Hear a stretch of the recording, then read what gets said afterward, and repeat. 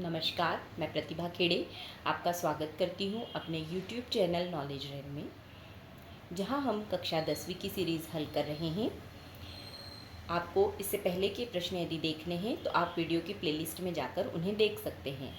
आज हम प्रश्नावली 3.2 का प्रश्न नंबर 3 हल करेंगे, जो है एक नगर में टैक्सी के भाड़े में एक नियत भाड़े के अतिरिक्त चली गई दूरी पर भाड़ा सम्मिलित किया जाता है। 10 किलोमीटर दूरी के लिए भाड़ा 105 रुपये है तथा 15 किलोमीटर के लिए भाड़ा 155 रुपये है। नियत भाड़ा तथा प्रति किलोमीटर भाड़ा क्या है? एक व्यक्ति को 25 किलोमीटर यात्रा करने के लिए कितना भाड़ा देना होगा? प्रश्न में वो कह रहा है कि टैक्सी के भाड़े में एक नियत भाड़े के अतिरिक्त, नियत भाड़ा क्या होता है? जैसे ये कोई टैक्सी है, हम इस टैक्सी में बैठे और हम यहाँ से बैठ के आधा किलोमीटर ही चले या कुछ ही दूरी पर चले, तो उन्होंने एक निश्चित तो कर ही रखा है कि एक्स जो है ये एक नियत भाड़ा है, ये तो हमको उसमें देना ही देना है। ये टैक्सी में बैठे हैं मतलब ये तो उसका तय है कि इतना भाड़ा तो हमको देना ही है।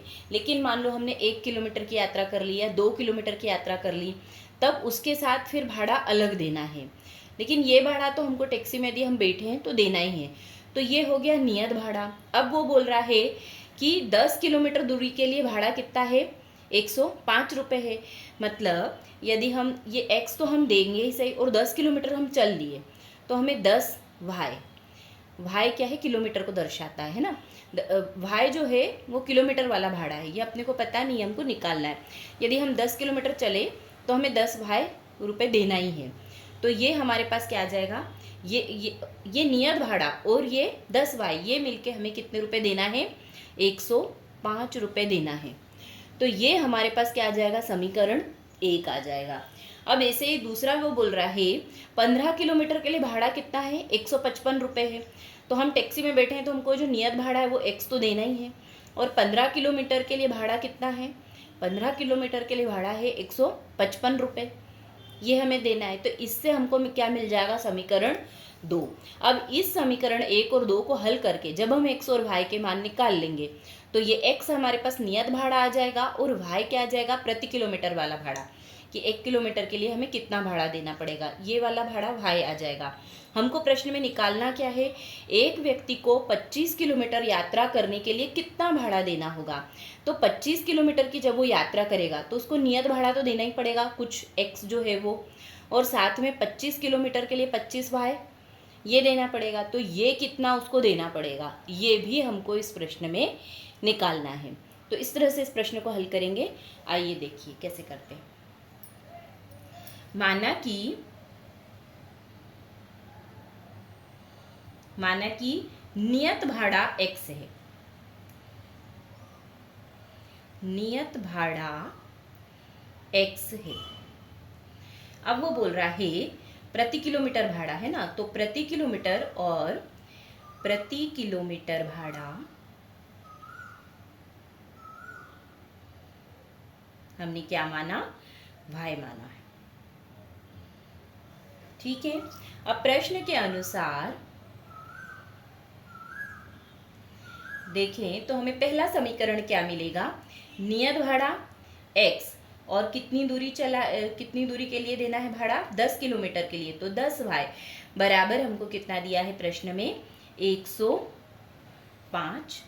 यहाँ से हम क्या करेंगे? x का मान निकाल लेंगे। तो x का मान निकालने के लिए x को हम यही रहने देते हैं, y वाली संख्या को उठाकर इस तरफ ले जाएंगे तो ये आ जाएगा 105 ऋण 10 वाई। अब यहाँ से देखें तो ये हमको क्या मिल गया? x का मान मिल गया, ये आ गया हमारे पास समीकरण 1। अब समीकरण 2 के लिए देखें तो दूसरा कथन क्या दिया है? 15 किलोमीटर के लिए भाड़ा 155 रुपये है। तो ये नियत भाड़ा x और 15 किलोमीटर के लिए भाड़ा 15 वाई, ये दोनों मिलके कितना हो जा रहा है हमारे पास? 155। ये हमें मिल गया समीकरण 2। अब जो ये x का मान है ये 1 से उठाकर हम कहाँ रख देंगे? समीकरण 2 में रख देंगे। तो समीकरण 1 से x का मान समीकरण 2 में रखने पर क्या आ जाएगा हमारे पास? समीकरण 2 हमारे पास है x धन 15y बराबर 155। यहाँ पर हमें x की जगह क्या रख देंगे? 105 ऋण 10y, और पहले से इसमें क्या है? 15y है, धन 15y बराबर 155। अब यहाँ से हम देखें तो इसको हल करें, ब्रैकेट को खोलते हैं तो ऋण 10y धन 15y बराबर 155। 105 को उठाकर इस तरफ ले जाते हैं, यहाँ आ जाएगा ऋण 10y धन 15y बराबर 155 ऋण 105। ये इधर धन में, इस तरफ जाकर पक्षांतर करने पर ऋण में हो जाएगा। इन दोनों को जब हम हल करेंगे तो एक के साथ ऋण का चिन्ह है, दूसरे के साथ धन, संख्याएं घट जाएगी। 15 में से 10 हम घटाएंगे, कितना आएगा हमारे पास? 5y आएगा। 5y बराबर 155 में से 105 घटेगा तो कितना आ जाएगा? 50 आ जाएगा। यहाँ से y बराबर हमें क्या मिल जाएगा? 50/5, 5 एकम 5, 5 एकम 5 0, मतलब आ गया हमारे पास y बराबर आ गया 10 रुपये। ये हमें क्या मिल गया है? प्रति किलोमीटर भाड़ा। 1 किलोमीटर पे हमें 10 रुपये देना पड़ेंगे उसको। अब ये मान हम कहाँ रख देंगे? समीकरण 1 में रख देंगे, तो हमें क्या मिल जाएगा? x का मान मिल जाएगा। समीकरण 1 में मान रखने पर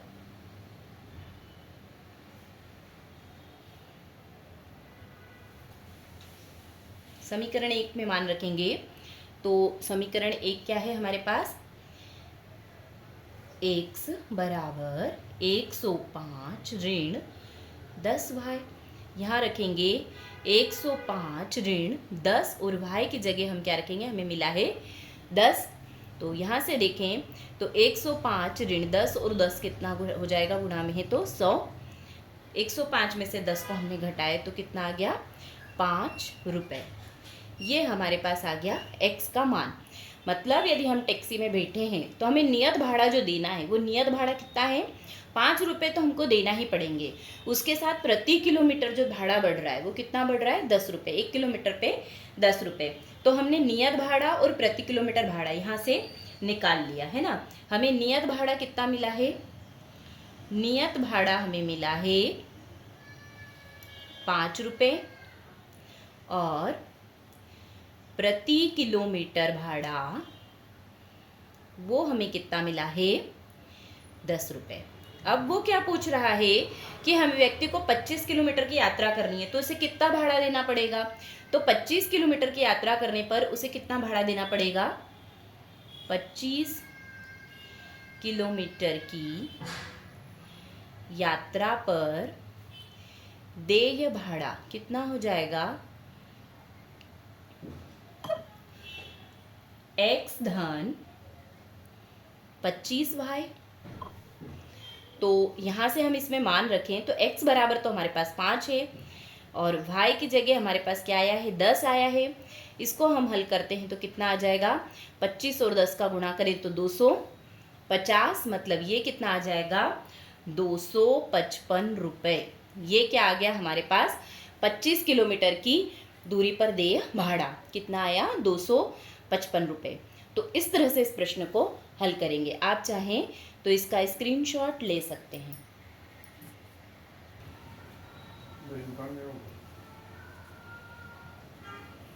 देखिए प्रश्न नंबर 3, यदि किसी भिन्न के अंश और हर दोनों में 2 जोड़ दिया जाए तो वह 9/11 हो जाती है। यदि अंश और हर दोनों में 3 जोड़ दिया जाए तो वह 5/6 हो जाती है। वह भिन्न ज्ञात कीजिए। यहाँ पर यदि हम मान लें कि भिन्न का जो अंश है वो x है और हर जो है y जो है वो हर है, ये अंश है और ये क्या है? हर है। तो वो प्रश्न में क्या कह रहा है कि भिन्न के अंश और हर दोनों में 2 जोड़ दिया जाए। तो मतलब हम अंश में भी 2 जोड़ दें और हर में भी क्या जोड़ दें? 2 जोड़ दें, तो वो भिन्न क्या हो जाती है? 9/11 हो जाती है। यहाँ से हमको क्या मिलेगा? समीकरण 1। और दूसरी लाइन में वो क्या कह रहा है, यदि अंश और हर दोनों में 3 जोड़ दिया जाए, मतलब हम अंश में भी 3 जोड़ दें और हर में भी 3 जोड़ दें, तो भिन्न क्या हो जाती है, 5/6 हो जाती है। यहाँ से हमको क्या मिल जाएगा, इसका समीकरण 2 मिल जाएगा। तो देखिए इस प्रश्न को कैसे करेंगे। माना कि अंश बराबर x है और हर बराबर y है। अंश और हर हमने मान लिया। प्रश्नानुसार भिन्न के अंश में हमें क्या जोड़ना है, 2, और हर में भी क्या जोड़ना है, 2 जोड़ना है। तो भिन्न क्या हो जाएगी, भिन्न हो जाएगी 9/11। तो यहाँ से हम इसमें क्या करेंगे, तिर्यक गुणा करेंगे। तिर्यक गुणा करने पर ये 11 का गुणा होगा x धन 2 में और 9 का गुणा होगा y धन 2 में। तो 11 का गुणा होगा x धन 2 में और 9 का गुणा होगा y धन 2 में। अंदर गुणा करें तो 11 का गुणा x में कितना आ जाएगा, 11x। 11 का गुणा 2 में 11 दूनी 22 बराबर 9 का गुणा y में 9y धन 9 का गुणा 2 में 9 दूनी 18। अब यहाँ से हम पक्षांतर करें, y को इस तरफ ले आते हैं, 22 को इधर ले जाते हैं, तो ये आ जाएगा 11x ऋण 9y बराबर 18 ऋण 22। अब इसको हल करें तो ये आ जाएगा 11x ऋण 9y बराबर 18 में से जब 22 घटेगा कितना आ जाएगा, ऋण 4। ये हमको मिल गया समीकरण नंबर 1। अब दूसरे हमको कथन क्या दिया हुआ है प्रश्न में कि यदि अंश और हर दोनों में 3 जोड़ दिया जाए, तो अंश में भी हम क्या जोड़ देते हैं, 3, और हर में क्या जोड़ देते हैं, 3 जोड़ देते हैं। तब हमें भिन्न क्या मिल जाएगी, अंश और हर दोनों में 3 जोड़ने पर हमें भिन्न मिल रही है 5/6। यहाँ से हम क्या करेंगे, तिर्यक गुणा करेंगे। तिर्यक गुणा करेंगे तो क्या होगा, 6 का गुणा होगा x धन 3 में, 6 का गुणा होगा x धन 3 में बराबर 5 का गुणा होगा y धन 3 में। 6 का गुणा x के साथ कितना आ जाएगा, 6x। 6 का गुणा 3 के साथ 6 तिया 18। 5 का गुणा y में 5y, 5 का गुणा 3 में कितना आ जाएगा, 15। यहाँ से हम x को यहीं रहने देते हैं, इसमें x का मान निकाल लेते हैं, तो x तो यहीं रहने देते हैं। 18 को उठाकर इस तरफ ले जाते हैं, तो यहाँ पहले से 5y है, धन 15 है, ये 18 धन में है, इस तरफ जाके काय में हो जाएगा, ये ऋण में हो जाएगा। तो यहाँ से 6x बराबर हमें क्या मिल जाएगा, 5y। 15 में से 18 घटेगा तो कितना आ जाएगा, ऋण 3। तो x बराबर कितना हो जाएगा, 5y ऋण 3/6। ये वाला 6 इसके बट्टे में आ जाएगा। ये हमें मिल गया समीकरण 2। समीकरण 2 से ये x का मान हम उठा के कहाँ रखेंगे, समीकरण 1 में। समीकरण 2 से x का मान समीकरण 1 में रखने पर क्या आ जाएगा, समीकरण 1 में क्या दिया हुआ है, 11, और x की जगह हम ये वाला मान रख देंगे, 5y ऋण 3/6 ऋण 9y बराबर ऋण 4। ये वाले समीकरण में हमने क्या किया है, x का मान रखा है। अब इसका अंदर गुणा करना पड़ेगा 11 का, तो कितना आ जाएगा, 11 पंजे 55y ऋण 11 का गुणा 3 में 11 तिया 33 बटे में 6 है, ऋण 9y बटे 1 बराबर ऋण 4। अब यहाँ देखिए इसको हल करें हम, 6 और 1 का लघुत्तम लेंगे तो कितना आ जाएगा, 6 आ जाएगा। तो यहाँ पर 1 का गुणा इसमें होगा तो ये की यही संख्या आ जाएगी, 55y ऋण 33, और 6 का गुणा 9 में होगा तो 6 9 54 54y। ये आ गया हमारे पास। बराबर ऋण 4। अब यहाँ से देखें, इसको हल करें तो ये 55 भाई में से 54 भाई घटेगा तो कितना आ जाएगा, भाई ऋण 33/6। 6 को भी इस तरफ ले जाते हैं यहाँ से, तो 6 यहाँ पर इस तरफ जाकर इसके साथ 4 के साथ गुणा में हो जाएगा, 6 गुणे 4। तो ये आ जाएगा हमारे पास भाई ऋण 33 बराबर, इन दोनों का गुणा हुआ 6 चौक 24, ऋण 24। यहाँ पर ऋण 33 है, ये उस तरफ उठ के जाएगा तो भाई बराबर आ जाएगा ऋण 24। ये ऋण में है, इस तरफ जाके काय में हो जाएगा, धन में हो जाएगा। तब जब इसको हम हल करेंगे तो 33 में से 24 घटेगा, कितना आएगा हमारे पास, 9 आ जाएगा। तो यहाँ से हमें भाई का मान क्या मिल गया, भाई बराबर 9। भाई का ये मान कहाँ रख देंगे हम, समीकरण 2 में। समीकरण 2 में जब इसका मान रखेंगे तो x बराबर क्या मिल जाएगा, 5 गुणित भाई की जगह क्या आ जाएगा, 9 ऋण 3/6।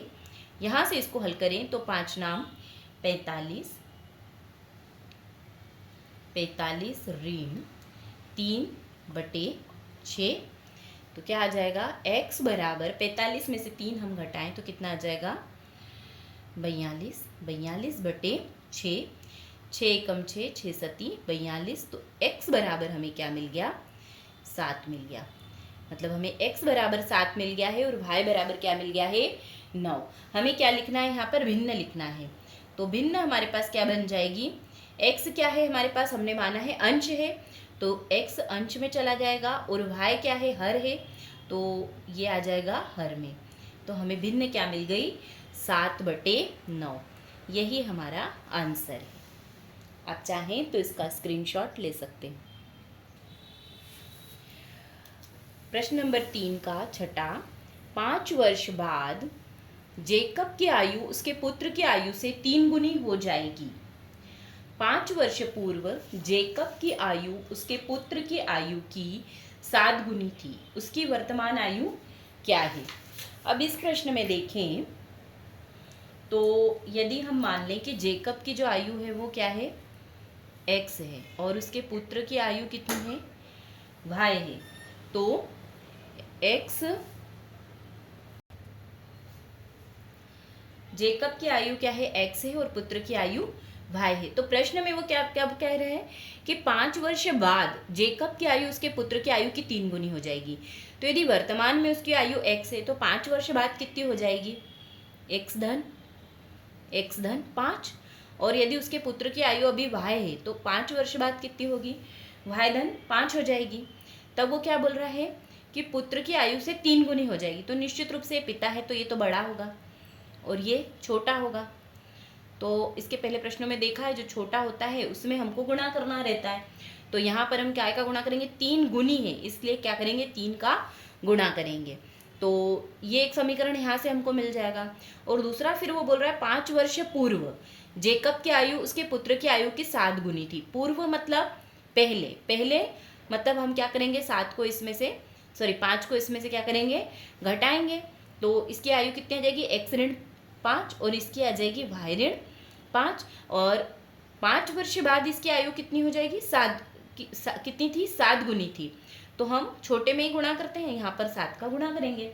तो यहाँ से हमको क्या मिल जाएगा, समीकरण 2 मिल जाएगा, यहाँ से समीकरण 1 मिल जाएगा। इस तरह से इन समीकरणों को बना के और x और y का मान हम यहाँ से निकाल लेंगे। देखिए, माना कि जेकब की आयु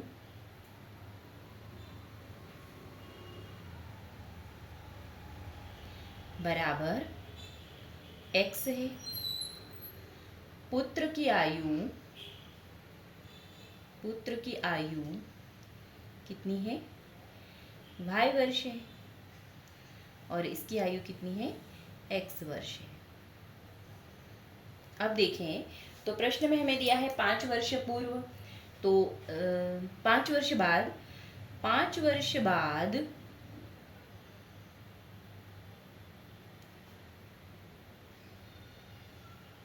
जेकब की आयु कितनी हो जाएगी, x धन 5 और 5 वर्ष बाद